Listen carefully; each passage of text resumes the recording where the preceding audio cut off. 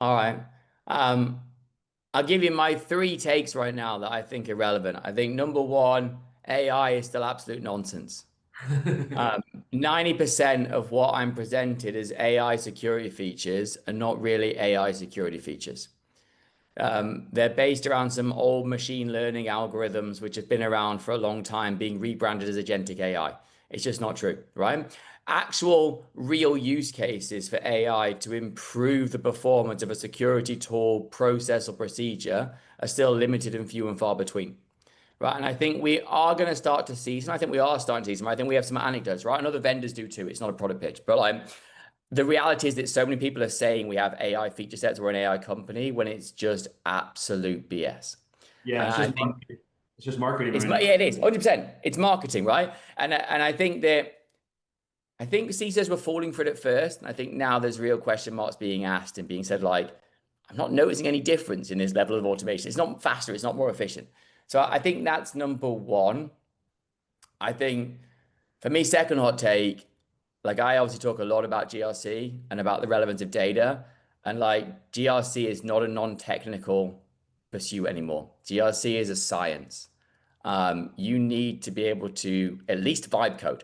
Like you don't need to be able to code, like fine, go and use Replit and use natural language coding, right? Go and use Zap and use natural language processing for connectivity. But you need to understand that the data is where the value is. Your risks and your risk register need to be dynamically driven by real data. If someone says, here's a risk and I want to spend $200,000 fixing it, my CEO should say, prove to me in the data that risk exists. And I should be able to prove to him in the data it does. Once I spend $200,000, I should be able to prove that that risk went down in data. The same as like when an auditor comes, it shouldn't be a case of me explaining this is how we do this. Like I should just be able to show them and say, here it is. Right. I Right. think that's the reality. And even like we talk a lot about policies, like how often we say your policy says you have like everyone's under a password, an MFA and SSO, right? That was the SolarWinds problem. Yeah. Why are we not able to like automate that? Why can we not just like map a policy to controls connected to Okta and or other ID providers and show 94% of people are using this? Like this isn't rocket science. Like we're so far behind. And I think it's a real disconnect. I sat down with a bunch of CISOs in Miami yesterday and we talked about GRC and they all called like the little bastardized cousin that no one wants to talk about. It's that little guy in the corner, right? No one wants to mention, right? I don't like GRC, I don't like compliance. It's just meeting certificates and like meeting regulatory requirements. It's not. Like the reality is that cyber has become so broad and so confusing and so complicated that GRC is the way that we translate. Like people forget in the middle is that little R, which stands for risk. Like risk is how you build your entire cyber practice. It's how you dictate where you put your people, how many people you have, what tools you buy, how much money you spend, and what you're going to do next week. Like, and it needs to be iterative on data to say, I need to pivot and change my strategy. Yeah. Like, if I had one like massive plea is that people understand and think that GRC is no longer about SOC 2s and ISOs. It's about how you take your entire security practice and explain it to your stakeholders, your customers, your board, your ELT, like how you make sense of the data and present it in a consumable fashion. And that's why it's a science. And it's not just a box ticking exercise where you write about nice procedures and policies. Like those days are dead.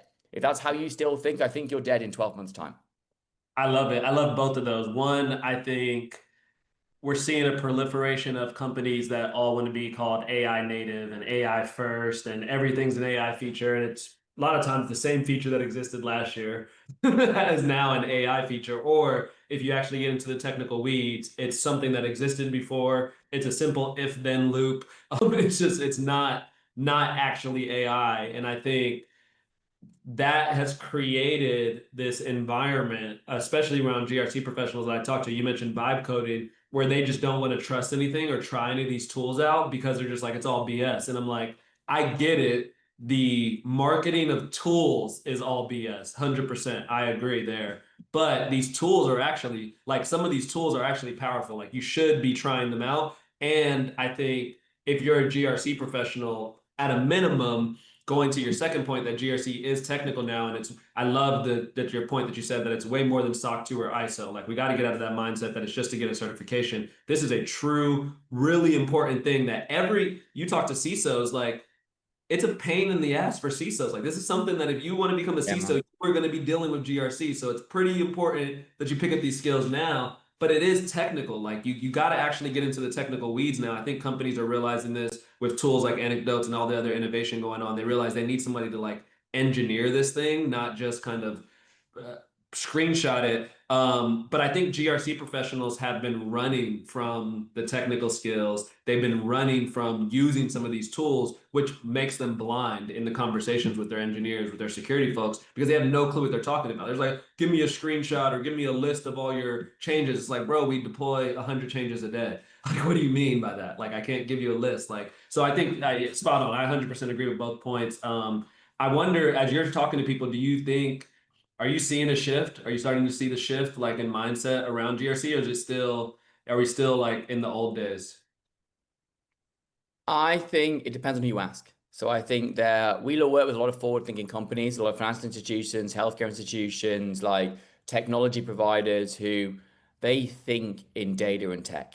So when we talk about saying, look, why don't you let the data guide your GRC and your strategy? If you're going to lay our AI on top, let's not have bloody questionnaire answering. Let's use the AI to actually map standards to real data sources in real time and provide insights on what you should actually do. Like, let's provide real dynamic risk using AI. So I think when people get it, they get it. I think that traditional GRCists or GRC professionals, this just scares the crap out of them because I sit in the room and I'm like, you need to learn this stuff. And they're like, but I can't code. And I'm like, you live in the best time ever to not be able to code. Because I spent years learning to code. So the rest of people here can now just use natural language and literally write in Replit and Zap. I want to do this and it will happen. Like, not knowing how to code right now is an irrelevant point. Like, it's about being about curiosity, about wanting to move. But when I talk to CISOs and I say, look, here's what you do right now. You've got a spreadsheet of static risks. You've got a bunch of screenshots and you've got an auditor asking questions. And you're probably spending 70% of your GRC professional's time collecting evidence. Like, let's say one person's on 100 grand a year. That's $70,000 a year on that one person you're spending on getting screenshots and arguing with engineers who will, like you point relevant, go, but I've got 100,000 changes. Which one do you bloody want?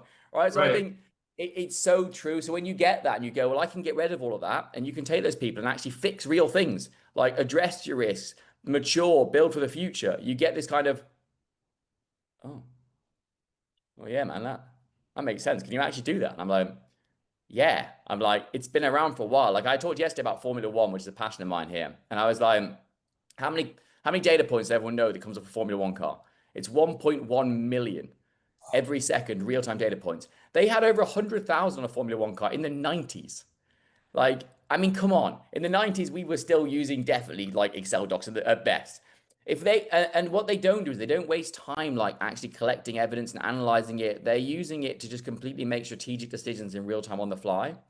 We can pull that much data from our tech stacks. Why are we not using it better to inform and make decisions on the fly in real time that affect strategy and risk? Man, you're spitting. You are absolutely spitting right now. Like, I agree with all of that. Like, I feel like we just haven't evolved, and so there's some good mindset, but like there is that prevalent mindset of like, I can't code, or I heard this just the other day. I was talking to somebody. They were like, I tried engineering in college and I didn't like it. And it's like, well, cool, man. Like, I promise you, it's different now.